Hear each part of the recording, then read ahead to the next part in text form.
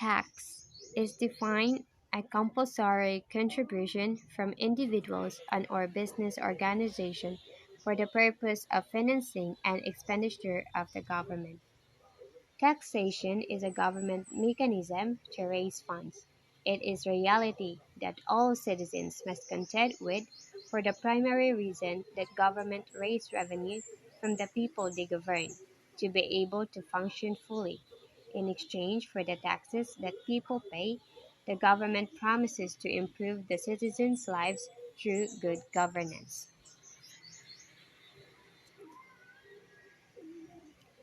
History of taxation in the Philippines. It all started from the ancient Filipinos, where they paid their taxes to their dato or the chiefs for the protection they gave to them. The tax was termed buwis. Everyone is required to pay their taxes except for the dato or chieftain's household. Punishment for not paying taxes was also implemented on this period. Second, the arrival or invasion of the Spanish people from 1521 to 1898 gave the Filipinos modern concepts of taxation, wherein 16 years old to 60 years old were forced to pay tributes or tributo to the King of Spain through the colonial government worth 8 reales or 1 peso per year. But there are but there are also other forms of payment like gold, chickens, textile, rice, and forced labor or polo y servicio. Third, in 1884, the tribute was abolished and was replaced by the cedula or cedula, a certificate identifying the taxpayer that needs to be carried all the time. If someone is not able to present their cedula to a guardia civil, they will be imprisoned for being indocumentado, which means that they lack valid document or legal personal identification necessary to prove their identity. Fourth, it was followed by the 1987 Philippine Constitution stating that it sets limitations on the exercise of the power to tax. The rule of taxation shall be uniform and equitable. The Congress shall evolve a progressive system of taxation, wherein the Philippines covers both national and local. National taxes refers to national internal revenue taxes imposed and collected by national government through the BIR or Bureau of Internal Revenue, while the local taxes is those imposed and collected by the local government. Lastly, the current president of the Philippines, President Rodrigo Duterte, implemented the Train Law or tax reform for acceleration and inclusion, which was signed last January 1, 2018, which seeks to correct a number of deficiencies in the tax system to make it simpler and fairer and more efficient, wherein the rich will have a bigger contribution and the poor will benefit more from the government's program and services. Kinds of taxation in the Philippines. Revenue. Money collected by the government for their use. This is the most common form of taxation in the country, as it is tax mostly associated with income tax. It funds most of national projects of the country such as supply budget for public school improvement, budget for scientific research and so on. Redistribution, money given to the poor as aid for their poverty, provides a leverage for the poor to uplift their economic struggles by donating money to those who in need. Repricing, money added to a certain product to various uses. The government controls the product's prices in order to decrease consumption of products such as products known to debilitate or weakens other people's health, such as the implementation of the syntax law. Syntax law, where tobacco and liquor-based products have higher prices in order to reduce cases of lung and liver cancer. The general public. It can also be used to help people buy the necessary materials for survival, such as the prices of the local market for vegetables, seafood, and etc.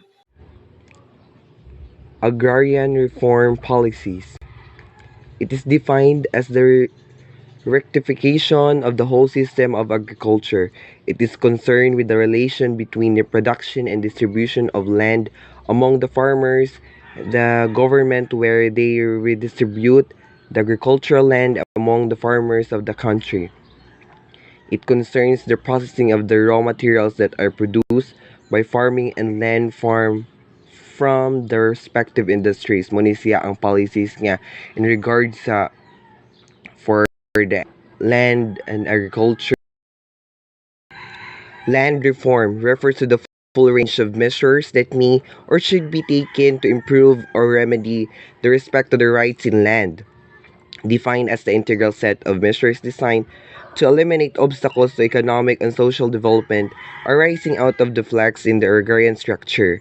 Land reform can therefore refer to transfer of ownership from the more powerful to the less powerful, such as from a relatively small multi owners with extensive land holdings, for example, plantation, large ranches, or agribusiness plots, to individual ownership by those who work the land. Muna siya ang paghatag og powerful ay power sa mga yuta, sa mga walay yuta nga na ba, o para ma-improve ang agricultural productivity and also to lessen the kuan poverty na agrarian structure. It is a complex set relationship within the agricultural sector. Factors: social position in the rural population, economic distribution of their income, technical the productivity level of the farmers. Three types of structure: one, land tenure structure; two, production structure; three, structure to support services. Agrarian structure mo ni siya ang distributions of assets and kuan o mga assets mo ni mga kuan ipang distribute ng mga assets sa nga tied up. Next, we have land tenure structure. One or more system regulating the rights to man's ownership, control, and usage of land. A system which defines a person a legal right and ownership over land and the duties accompanying such a right. Muni siya ang system nga na maghatag og rights sa people to manage the land nga kung asa siya nag-reside. They have the power to kuan lang to use or mo manage sa yuta. Next is production structure. It includes the nature, type, mode of operation or make a land productive, actual process of production producing the output. Muna siya ang diri na ang kuan. Muna siya ang system nga na diri himo paghimo sa kuan mga products. Murag ang yun sa unsaon na iyang paggamit sa kuan sa land. Structure and support services. It involved credit, marketing, the supply of agricultural requisites, processing, storage, immediate bearing on tenure and production structures, ensure the success of the farmer who has acquired a new tenure status as lease, prepare the lease for land ownership, assist the owner cultivation to use the land more productively and increase income. Bali ang muna siyang kuan murag mo support aron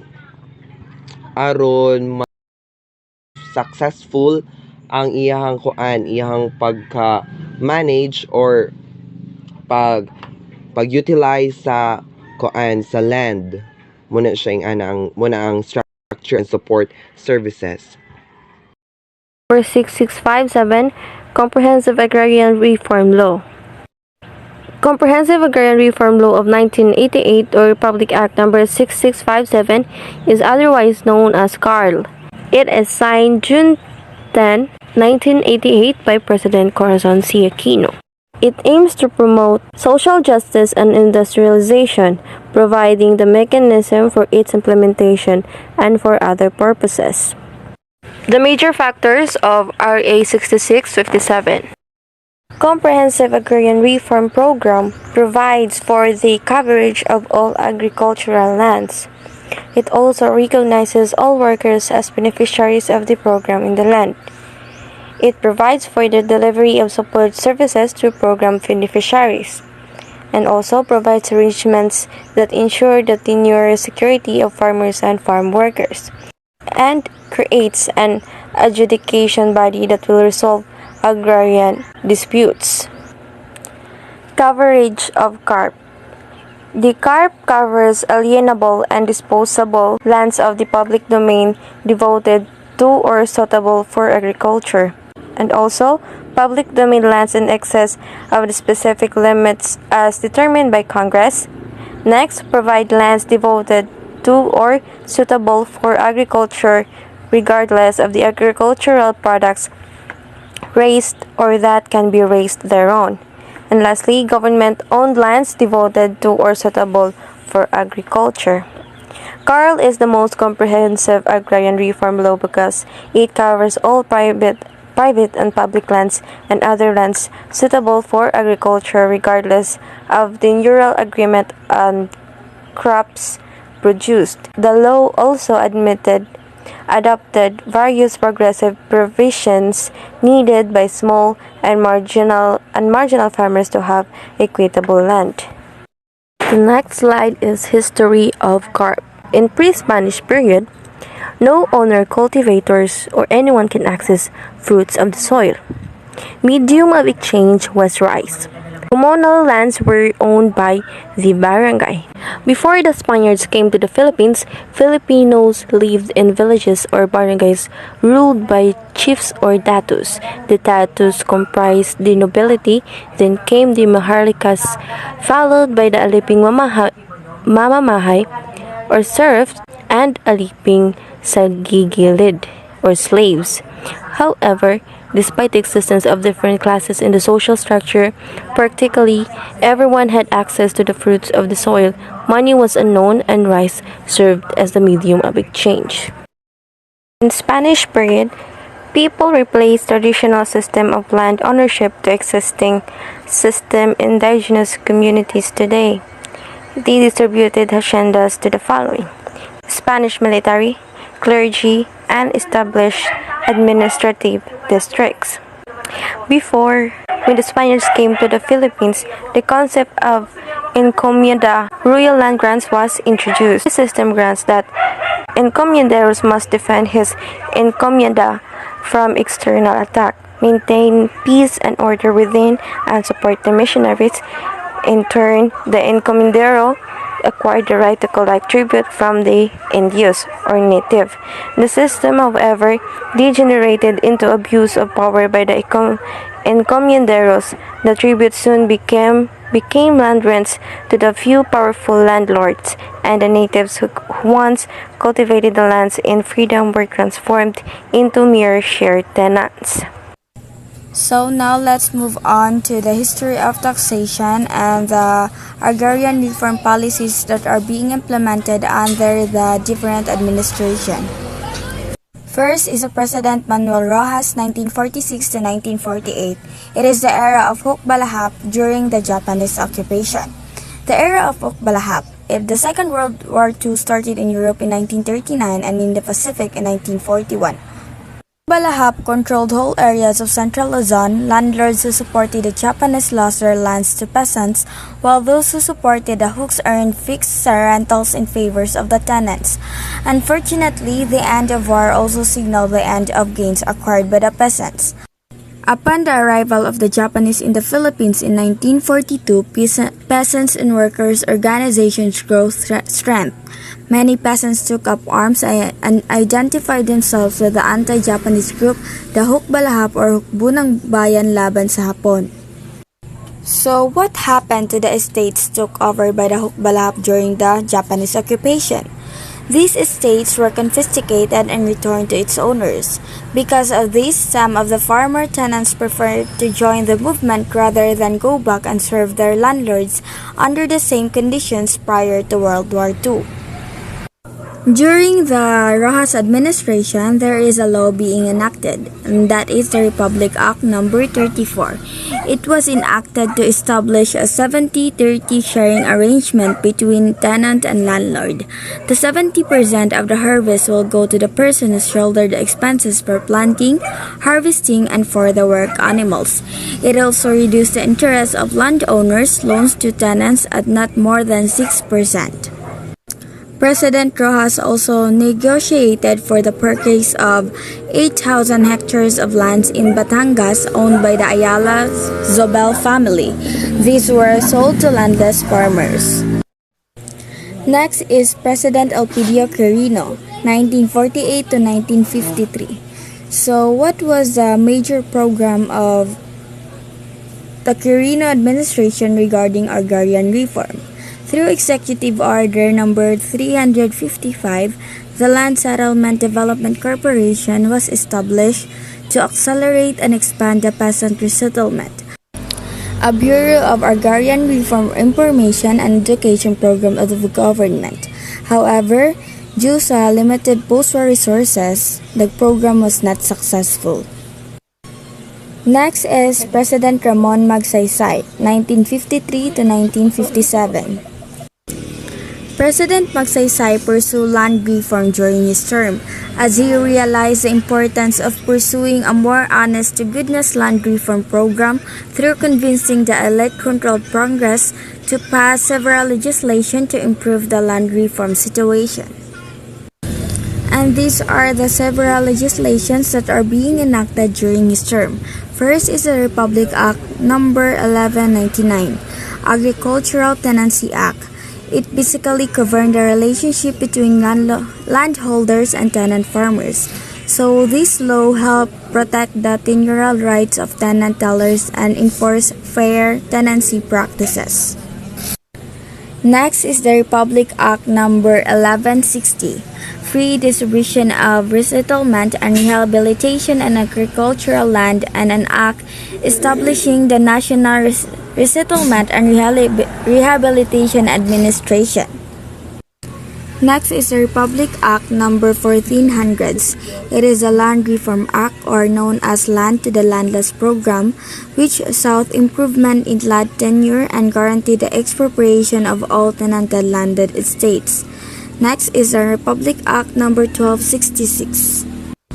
It is about the expropriation of Hacienda del Rosario situated at Valdefuente, Cabanatuan City. Under this act, it is about authorizing the National Resettlement and Rehabilitation Administration to expropriate the Hacienda del Rosario and subdivide the same and resell it in a small lots to the bona fide tenants. So how did President Magsaysay implemented the Agricultural Tenancy Act? Through establishing the Court of Agricultural Relations in 1955 to improve tenancy security, fix the land rentals on tenanted farms, and to resolve the many land disputes filed by the landowners and peasants. He also created the Agricultural Tenancy Commission to administer problems arising from tenancy. Through this commission, 28,000 hectares were issued to settlers. So, resettlement program pursued through National Resettlement and Rehabilitation Administration, or NARA, or Republic Act number 1160 of 1954. It is established to pursue the government's resettlement program and to accelerate free distribution of agricultural lands to landless tenants and farmers. So, it particularly aimed to convince members of the Hukbalahap movement to return to a peaceful life by giving them homelots and farmland settlement. So, he also implemented the Agricultural Tenancy Act through the establishment of an agricultural and industrial bank to provide easier terms in applying for homestead and other farmlands. So this intervention of President Magsaysay was not really that successful due to the lack of funds and inadequate support services provided for these programs. Next is President Carlos P. Garcia. So during his administration, there were no legislation passed in his term, but he continued to implement the land reform programs of President Magsaysay. Next is President Diosdado Macapagal, 1961 to 1965. So during the President Macapagal administration, he was considered as a father of agrarian reform, as it was during his term that the Agricultural Land Reform Code or Republic Act No. 3844 was enacted on August 8, 1963. This was considered to be the most comprehensive piece of agrarian reform legislation ever enacted in the country. And why was Republic Act No. 3844 considered the most comprehensive piece of legislation ever enacted in the Philippines? As this act abolished shared tenancy in the Philippines, it prescribed a program converting the tenant farmers to lessees and eventually into owner cultivators. It also aimed to free tenants from the bondage of tenancy and gave hope to poor Filipino farmers. It also emphasized owner cultivatorship and farmer independence, equity, productivity improvement, and the public distribution of land. Next is President Ferdinand E. Marcos, 1965 to 1986. The most notable programs implemented were the Blue Master Program and the Voluntary Tax Compliance Program. The Blue Master Program was adopted to curb the abuses of both the taxpayers and BAR personnel. The Voluntary Tax Compliance Program was designed to encourage professionals in the private and government sectors to report their true income and to pay the correct amount of taxes. In 1970, the tax account number was initiated, providing the taxpayers a permanent identification number resulted to faster verification of tax records. He also promulgated the National Internal Revenue Code of 1977, which updated the 1934 Tax Code. Presidential Decree No. 27 became the heart of the Marcos reform. It provided for tenanted lands devoted to rice and corn to pass ownership to the tenants and lowered the ceilings for land holdings to 7 hectares. The law stipulated that share tenants who worked from landholding for over 7 hectares could purchase the land they tilled, while share tenants on land less than 7 hectares would become leaseholders. So this agrarian reform program of President Marcos helped the farmers in a way that it was designed to uplift the farmers from poverty and ignorance and to make them useful, dignified, responsible, and progressive partners in nation building. His agrarian reform program was a package of service extended to farmers in the form of credit support, infrastructure, farm extension, legal assistance, electrification, and development of rural institutions. But you know that President Marcos' agrarian reform program labeled as revolutionary, and that is for 2 reasons. It was pursued under martial law and intended to make quick changes without going through legislative or technical processes, and also it was the only law in the Philippines ever done in handwriting. And there are also limitations of his agrarian reform program, and that is, the scope of program was limited only to the tenanted, privately owned rice and corn lands. Monopoly of businessmen in the coconut and sugar industries, foreign and local firms were allowed to use large tracts of land for their business. The declaration of martial law leading to the arrest of several farmer leaders without due process of law due to suspension of the writ of habeas corpus.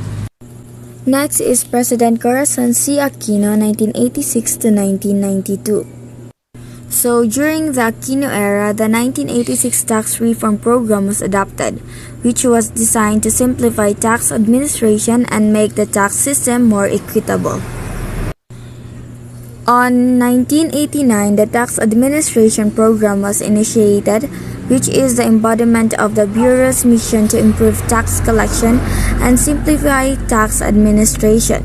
The program contained several tax reform and enhancement measures, which included the use of the taxpayer identification number and the adoption of the new payment control system and simplified net income taxation scheme. And these are the agrarian reform legislations and issuance passed under her administration. First, Proclamation 131 instituted the Comprehensive Agrarian Reform Program or CARP as a major program of the government. It provided for a special fund known as the Agrarian Reform Fund in the amount of 15 billion pesos to cover the estimated cost of the program for the period 1987 to 1997.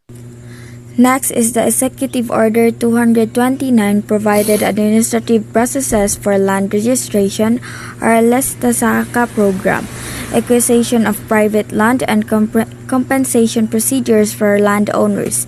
It specified the structure and functions of units that will coordinate and supervise the implementation of the program.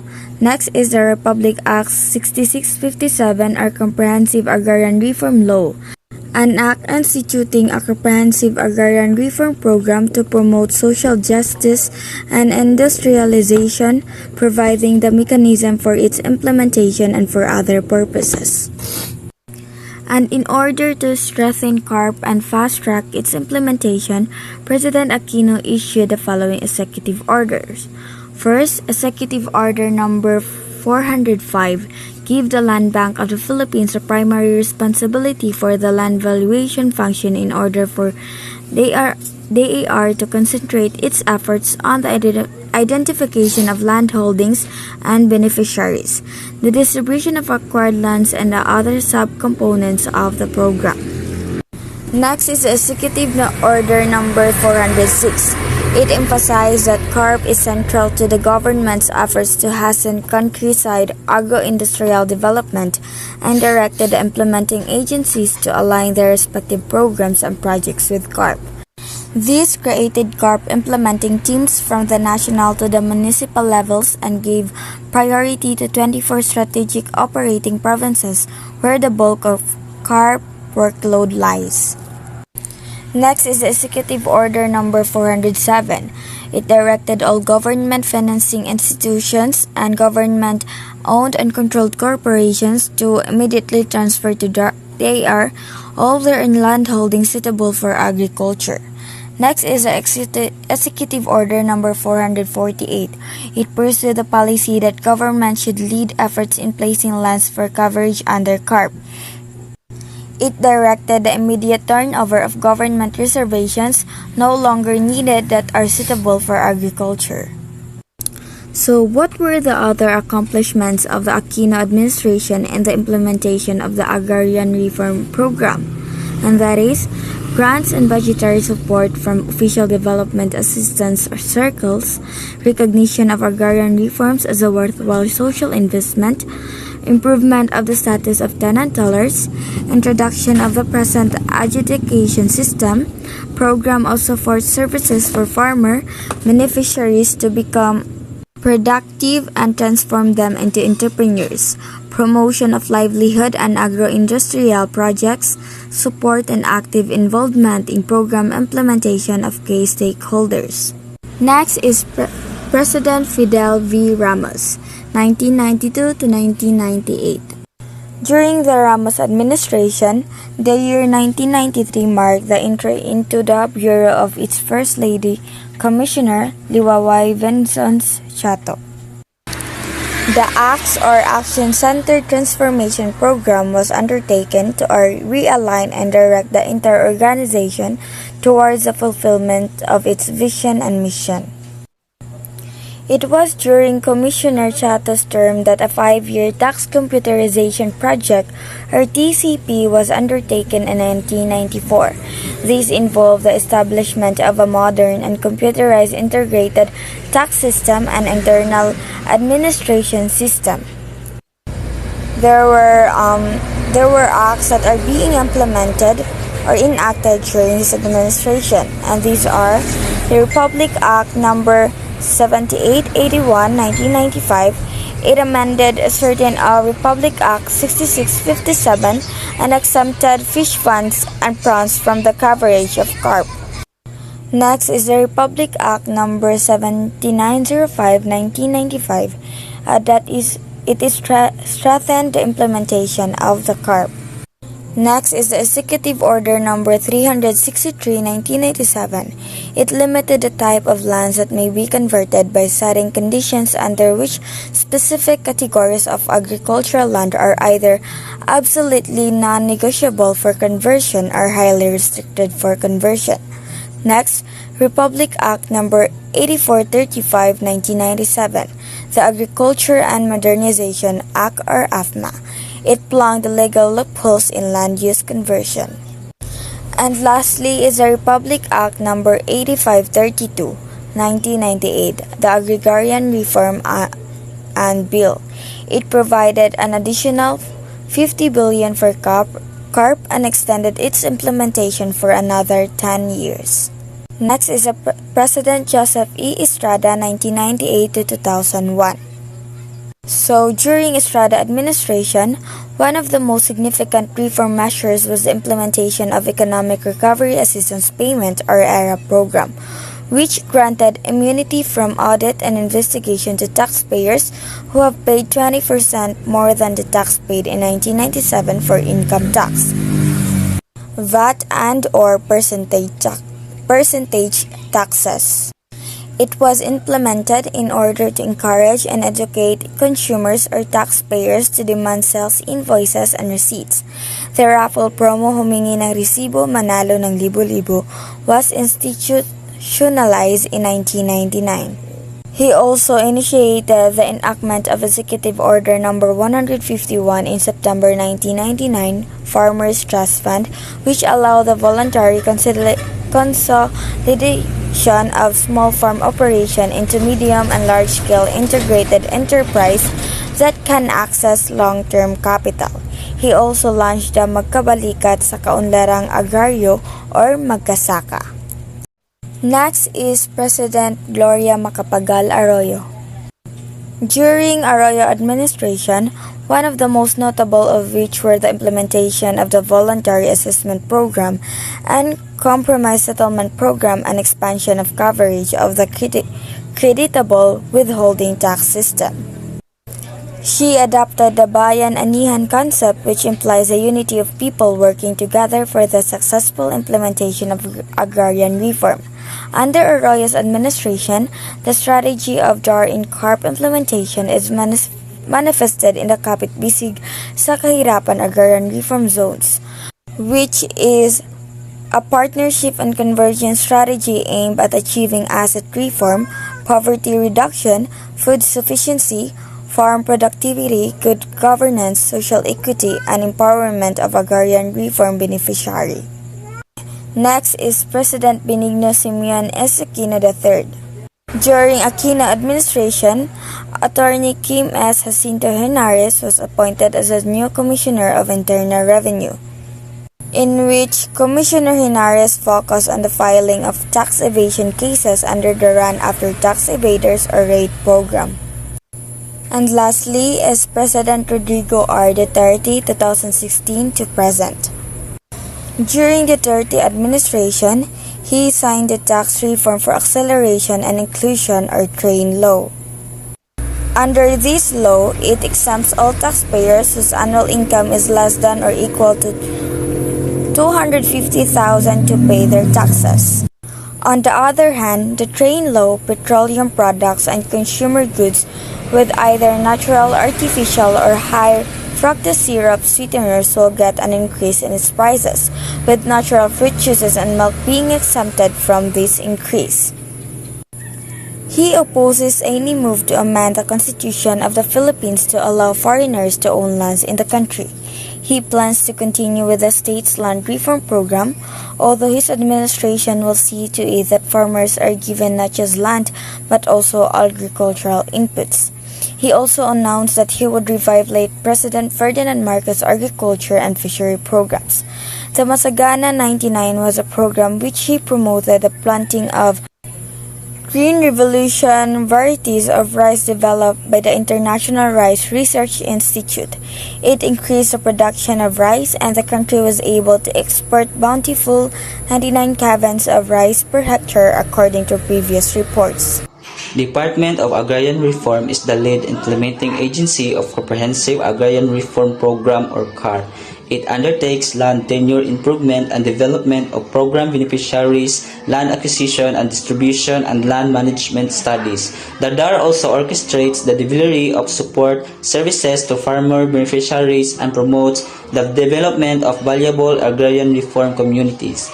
The DAR is very important in the Philippines because it has contributed to improvement of the socio-economic conditions of landless farmers and political development of the Philippines in terms of engaging the landless in the process of policy and making distribution of large private land holdings to the landless. Mission: to lead in the implementation of agrarian reform and sustainable development in the country through land tenure improvement and the provision of integrated development services to landless farmers, farm workers, and small landowners, cultivators, and the delivery of agrarian justice as the key to long-lasting and development of the countryside. So the mission statement: DAR is the lead government agency that holds and implements comprehensive and genuine agrarian reform which actualize equitable and distribution, ownership, agricultural productivity, and tenurial security for of and with the tillers of the land towards improvement of their quality of life. Vision: a nation where there is equitable land ownership and empowered agrarian reform beneficiaries who are effectively managing their economic and social development for a better quality of life. The DA envisions food-secure Philippines with prosperous farmers and fishers. It shall collectively empower them and the private sector to increase agricultural productivity and profitability, taking into account sustainable, competitive, and resilient technologies and practices.